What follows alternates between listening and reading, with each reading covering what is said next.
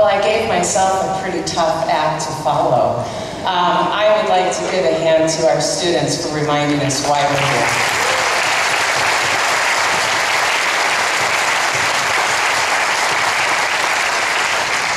Thank you so much. And good morning, Southwestern College. Good morning, Southwestern. Say good morning to me, please. Thank you. By popular demand, you have asked me to give you a State of the District address. So that's what we're going to do. And we have a lot of good news to report, and we have some challenges to address. Last year, last January, I began the State of the District address by showing who we are as employees. So today I'd like to show us who our students are. You can see that we have, as most community colleges do, few more women than men. We're 55% female.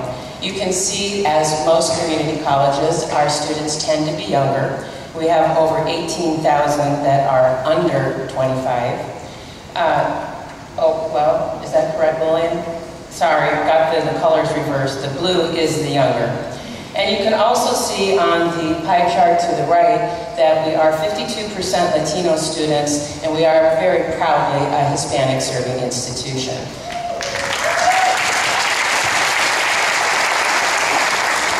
So that's a quick snapshot of who our students are. Let's talk about where we are today in serving those students.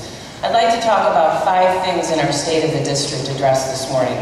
Where our current enrollment is, have a look at our budget, where we are with Proposition R, our accreditation efforts, and most importantly, what we are doing to assure that our students succeed. So let's start with our current enrollment. The bar charts show you enrollment from Fall 11, Spring 12, Fall 12, Spring 13, and then Fall 13. You can see that there has been a general trend down. This is head count at opening day, okay? This is not the census count, this is head count at opening day. We do know that in 12-13 we had a contraction of sections, and so that probably makes some sense. But what we do see for this fall, Fall 2013, is their head count is just under 19,000. This is a trend that we're seeing throughout the state, and we're being encouraged to have students, even though we may have fewer, that they take more units, that they try to be full-time students, because we know that full-time enrollment tends to help students complete their goals. But I wanted to show this to you because we have a growth target this year, and so we all need to encourage our students to get in and enroll, and for those seats that are open in sections, we want to be actively encouraging students to get in and take those seats. So this is a time where we're not retrenching. We have extra seats and extra sections open, so we need to be out there recruiting students. Okay, so I think that's important for all of us to hear. Everyone can play a part in that. This is a time for recruitment and adding students into those seats. Let's look at our full-time equivalent students. We have a target. That target is a little higher than last year, and it's associated with money, so we want to reach that target. As of last night, our estimated FTS with current enrollment for this semester is 6,950. Our target is 7,144. So we're about 200 off. Again, that's our goal, is that we want to get 200 more full-time equivalent students into this semester. How do we do that? Encouraging as much enrollment as possible in our courses that start next week. Also encouraging students to get into those late start courses. What is our capacity? I wanted to put this here. If every seat of every section was filled, we would have 8,047 FTS this fall. So you see, we've got the seats, we've got the capacity. Our goal is to get some extra students in this semester. Let's look at our budget. The budget's always interesting. At tentative budget, back in May, we estimated about $80 million in unrestricted revenue and about $82 million in expenses for about a $2 million structural deficit. That was our estimates in May. That picture has improved significantly from last year. And one of the main reasons it's improved is because we were able to achieve in May center status for our National City and our San Ysidro centers.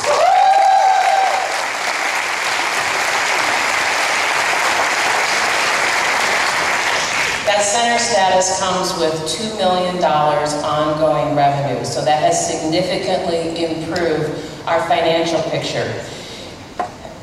We have been working with the Chancellor's Office to figure out exactly what will be the new revenues coming in through Prop 30 and different measures in the governor's budget.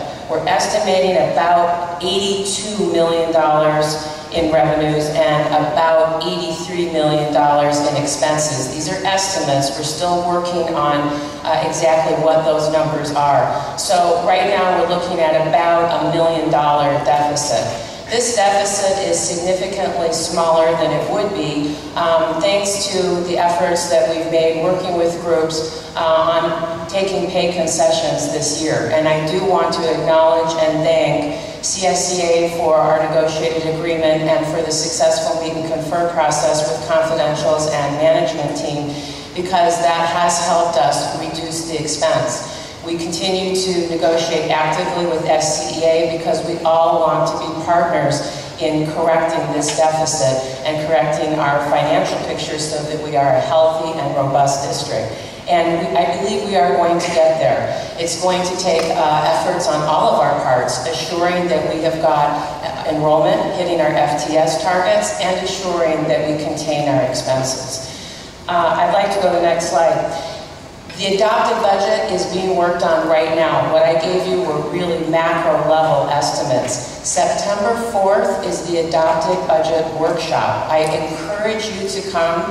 It's an important workshop. This is when staff explains to the governing board what the adopted budget for the year will be. And then on September 11th, a week later, we bring it to the governing board general business meeting for approval. So I would greatly encourage you to attend those meetings. They're open to the public. Let's talk about Proposition R. Lots of good news has happened here. We have completed the central plan.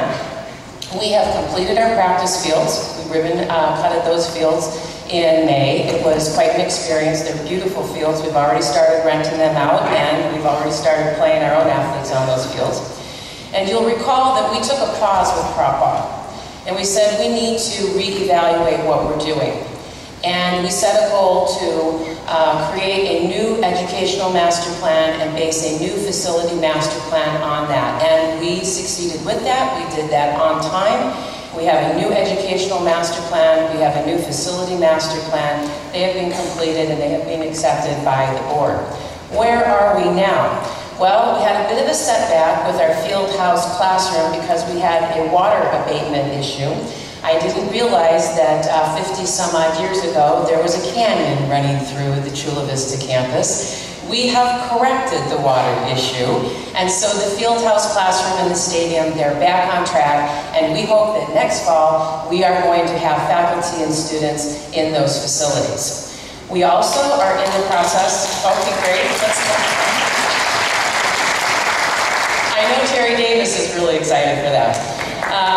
We have emergency call box poles that are being installed. Yes, this is a major improvement for our campuses. You'll see them, they're the large blue poles, and you can see them, they're going up in the parking lots, and they will be at our higher education centers as well. We are currently wrapping up a feasibility study. It will be done the end of this month. It will be going to the governing board September 11th. This is a feasibility study for what's being proposed on the corner lot. And what's being proposed on the corner lot is to move the gym and the pool facilities down there, as well as a performing cultural arts center. And so that feasibility study will be important to tell us what is the community interest in those projects, and that will be going before the governing board September 11th. We are also hiring a master architect. A master architect doesn't plan a building. They help us set the standards for what we're going to be doing on this campus and our higher education centers.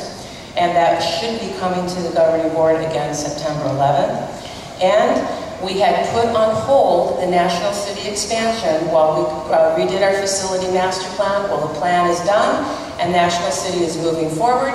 They met with their architect yesterday, so we're very excited that that is now being fast-tracked. So, what you saw last year was a pause. It was a pause to plan.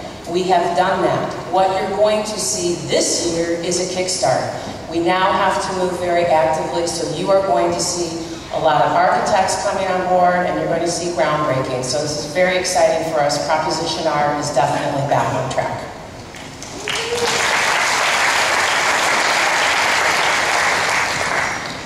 Let's talk about some more good news. Accreditation has become a success story for us. We submitted our midterm report, and we heard back from ACCJC in February that it was accepted, that there were absolutely no concerns with our meeting the standards. However, they did ask us to submit a special report. And the special report was addressing our institutional integrity with respect to internal controls in terms of procurement in our construction projects in light of the grand jury investigation. We completed that special report, and I'm proud to tell you that we actually received commendation from ACCJC on the work that we have done. So we are doing very well in terms of accreditation. And I would like to ask Michelle Fenlon, there she is. Wave your hand, Michelle.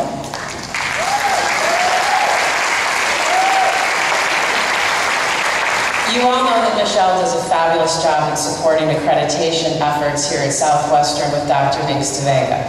Well, Michelle and I are the proud leaders of the Skyline Accreditation Visiting Team this October, which is in the San Mateo District. So Michelle and I are going to be visiting Skyline, and this gives Michelle and I a great opportunity to do extra training and to bring all the lessons that we learned from this accreditation visit to Skyline back to Southwestern, because accreditation never ends. What are we gearing up for? Our new self-study. Our self-study is due August 2015, but guess what we get to do in 13-14? Start the research and start the writing. So this is going to be a big accreditation year for us as well. So let's talk about students. This is really why we're all here. If there's one thing that unifies us no matter what we do in this district, it's student success. Student success has become the mantra and the initiative, not just for Southwestern, but for our entire California community college system. And so I wanted to start off by showing you what the Chancellor's Office has done recently. The first thing that I want to show you is the Salary Surfer. This was launched in June, and in fact, the press conference to launch it was at Grossmont College, one of our neighbors.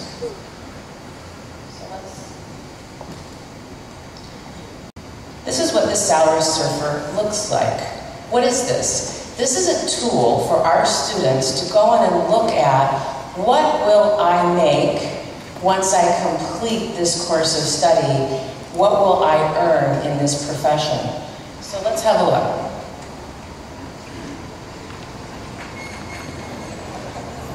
I think I'd like to see what would happen if I completed a fire science degree. I'll choose Public Affairs and Services.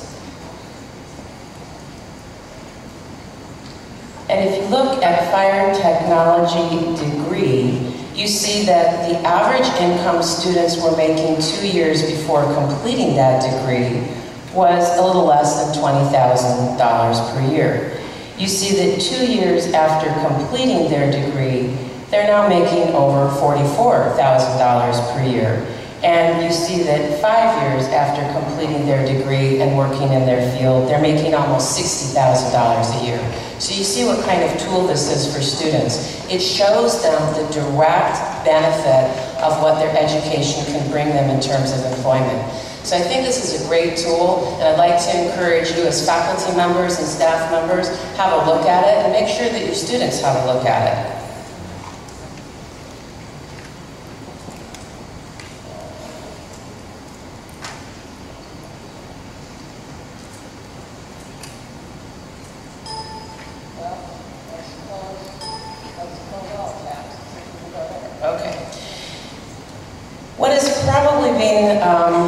The site I have visited most this past summer is the Student Success SCORECARD study. Let's have a look at the scorecard. When you go to the Student Success Scorecard, you'll have to go into Southwestern, but we put it directly to Southwestern today. You can see every single college in the state. What do you see? You see first a profile, so this gives you some of the information we had on pie charts, who are our students, but you also see persistence, you see completion of 30 units, completion rates, remediation, and career technical education. So for example, if we look at persistence, we see that overall 72.2% of our students persist and go from one semester to the next semester. If you look at completion, we see that college-prepared students do pretty good. 63% complete either a certificate, an associate degree, or transfer. We see that those that are not prepared for college have a much lower completion rate, and that our average completion rate is 43%. If you look at career technical education, you see that on average, students that are completing a CTE type of program tend to have a higher overall completion rate. Those are really interesting numbers for us. And I think the number that we've been looking at a lot is this one. Because what we want to do is we want to see the 43% change. And if you recall, we were here last fall, a year ago, and at that time, we didn't have the scorecard. We had ARC and we had SPAR, and it was a little bit different measure, and our measure was 48%. Well, with the new measure, we went down to 43%. But our goal last fall was not to be at 48%, not to be at 43%, but to get to a higher rate, and our stretch goal was 58%. 58% puts us in the top 10% of all community colleges in California, and Southwestern College certainly, in my mind, belongs in the top 10% of all community colleges in California.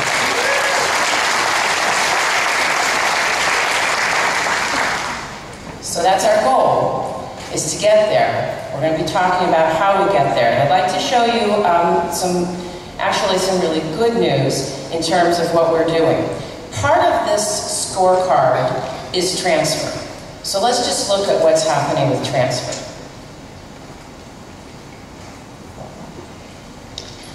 You can see in the red transfer numbers of students who have transferred to CSU, and then in kind of the gray that have transferred to UC. And other than that sort of anomaly in 2010 with San Diego State, you can see that we've kind of had this trend to go down in 11, but we've gone up in 12-13. That's what's really impressive that I want you to look at, is the transfers that we had last year in 12-13. To CSU, our transfers went up to 593 students. And look at UC, our transfers are 235. That's the highest UC transfer of any of those 5 years. That's good news. So we want to see more of that good news. We want to see the transfer rates continue to increase. We want to see completion of AAs and AS degrees continue to increase. We want to see completion of certificates continue to increase. So, what are we going to do? We established that goal a year ago. We thought about it during the fall semester, but we realized you can't just think about it. What did our student tell us? You need to have a plan, like an SCP plan, and then you need to implement the plan if you actually want to achieve something. So what did we do in January?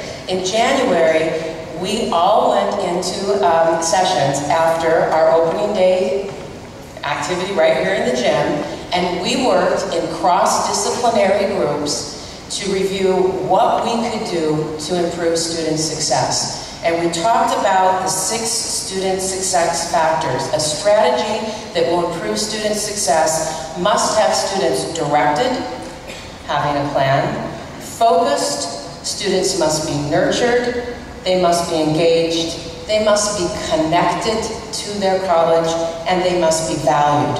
We looked at those success factors and we started to brainstorm. You came up with over 850 strategies of how we could help our Southwestern students succeed. So what did we do with 850 ideas? We aligned those ideas to the 6 success factors, and then we broke into student success forums, and we started asking, of these, what can we do with the resources we have that we can implement now, that will have the greatest impact on our students? And we came up with 3 initiatives that we are now ready to move into the development and implementation stage. These are, for short, Degree Audit, which is actually our educational planning module of Ellucian, but educational planning module of Ellucian is a little long, and you'll probably remember Degree Audit more. We also have analysis of completion data as our second strategy, and first-year experience. So let me talk about each of these briefly. Let me go back to that slide, thank you. Let's talk about the degree audit. A major event at Southwestern is really redoing how we use technology. Our ERP, our enterprise system that connects all of us together operationally and serves as the backbone for everything that our students do, is DataTel, now Ellucian.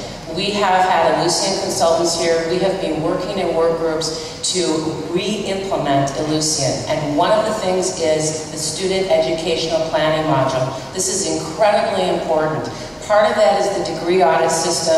That's very important for our counselors, but part of it also is ESEPs, electronic student ed plans. This is really important. It's what every single student needs, and soon it's going to be mandated that every student must have an SCP. How can we do that? You heard from our student how important it was to be able to sit down and have some assistance filling out that form. We hope that our ESCPs are going to be extremely user-friendly.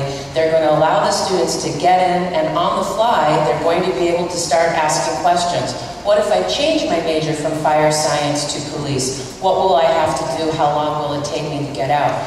So this is a really important part of what we're doing to get our students in a position to better succeed and provide them with an electronic SCP. Let's talk about the analysis of completion data. We are looking at all of our programs, and we're looking at what students are completing, what students are not completing, and we're asking why. Where are the bottlenecks? Why are students not completing? Is it something as simple as they didn't apply for their certificate? Or is it a problem in sequencing our classes? Or is it something else? So we're really involved in analyzing each program to see what is it that we can do to help those students complete the program. And finally, let's look at first-year experience. You heard from some of our students that they got here and they weren't quite sure what to do or how to go to where they wanted to be. We need to do a better effort with our students when they get here, that they are immediately welcomed and they have a structure so that they can succeed. So what we are planning is to launch, as part of a first-year experience, a math boot camp in the summer. You heard how important summer is. Well, that's what we're going to do. We're going to be working with our early admission program students to identify a cohort. This is going to be a cohort program, because what do we know? We know that those work. So we're going to link the math boot camp class with a personal development class that helps students understand how to become successful college students. And our goal is that those students going through that math boot camp are going to then be at their college level math for the fall, helping them get through their program faster. So these are the 3 initiatives that we have identified through all of your hard work that we're now implementing to help our students succeed at Southwestern. A couple of other things that I would like to mention.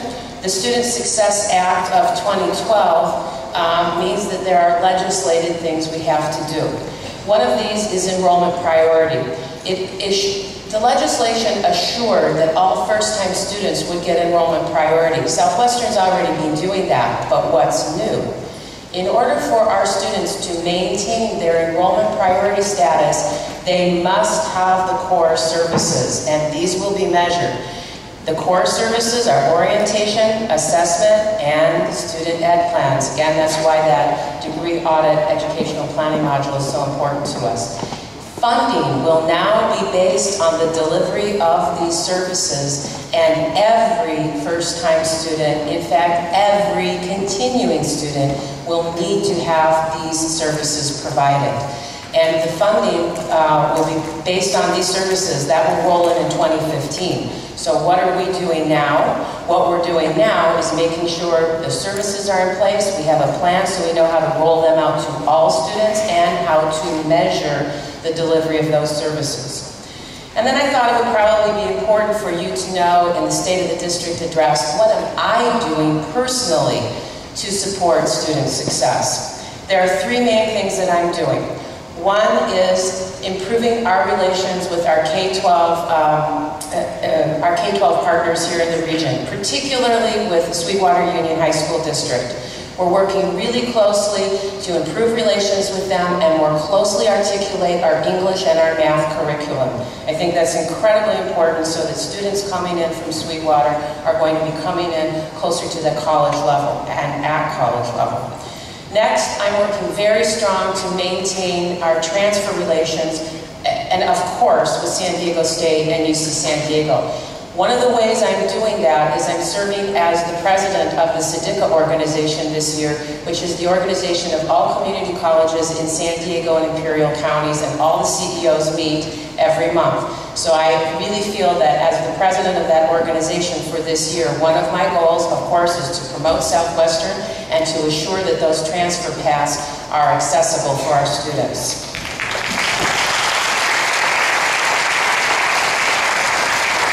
And finally, there's another thing that I'm doing this year, and that is to promote local job preparedness. I'm working very closely with businesses and with economic and nonprofit organizations and with our faculty to assure that we have a pulse on the business opportunities in our community and that we are helping our students be trained to make a living wage in our own communities. So that's another part of what I'm doing to support our students, working with our K-12 partners, assuring transfer, and working with our local community for job preparedness.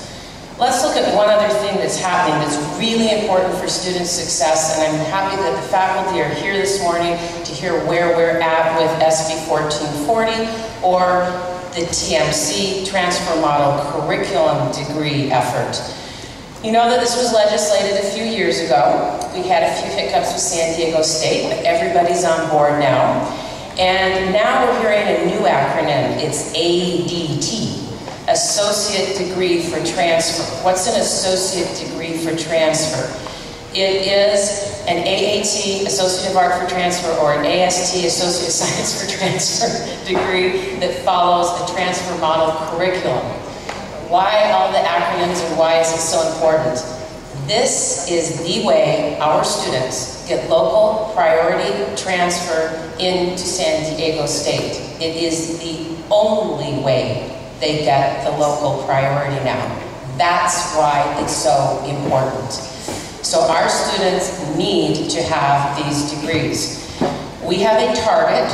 We need to have 14 of these degrees approved and in our catalog for next fall. Where are we at? We have 5 that have gone through the full process and through the Chancellor's office. 5. We have 9 that are at the Chancellor's office. That's not 14 yet, right? And we have 8 that are in development. So we have a real big task this year. We have got to get those 8 out of development through our curriculum process and to the Chancellor's office, because we need to have 14 in our catalog next year. And it's not just because the Chancellor's office set a goal. It's because our students need those degrees so that they have local preference to get into San Diego State. So that's part of what we're all going to be doing this year to help our students succeed. So let's talk about what we're going to do today. I want you to know that all that hard work you did last January, that was useful. We have distilled it into these 3 initiatives, and now what you said is now I need to go from the cross-disciplinary activity into my own academic department or my own operational unit with the people that I work with every day to see what we can do to support these initiatives and student success at Southwestern. So that's what we're going to do. It's very exciting because all of the departments, the academic departments, you're going to be led by your department chair and a counselor that's going to join you to go through the activities of what you can do to support these initiatives. And the goal is this kickstarts your program review. This should be part of your program review this year. You want to create at least one action plan that supports these initiatives and is in your program review. For the operational departments, you will be led by your operational unit manager, and you won't have a counselor, but your goal is the same. Your goal is to create at least one action plan that supports our 3 student success initiatives and goes into your program review.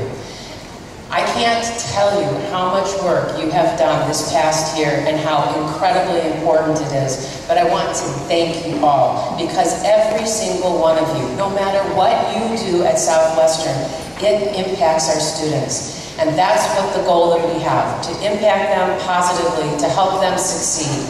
So I want to thank you again for what you've done this past year, for what you're going to do in your breakout sessions today, and I want to wish you the very, very best of fall semesters for 2013. Welcome back, Southwestern College.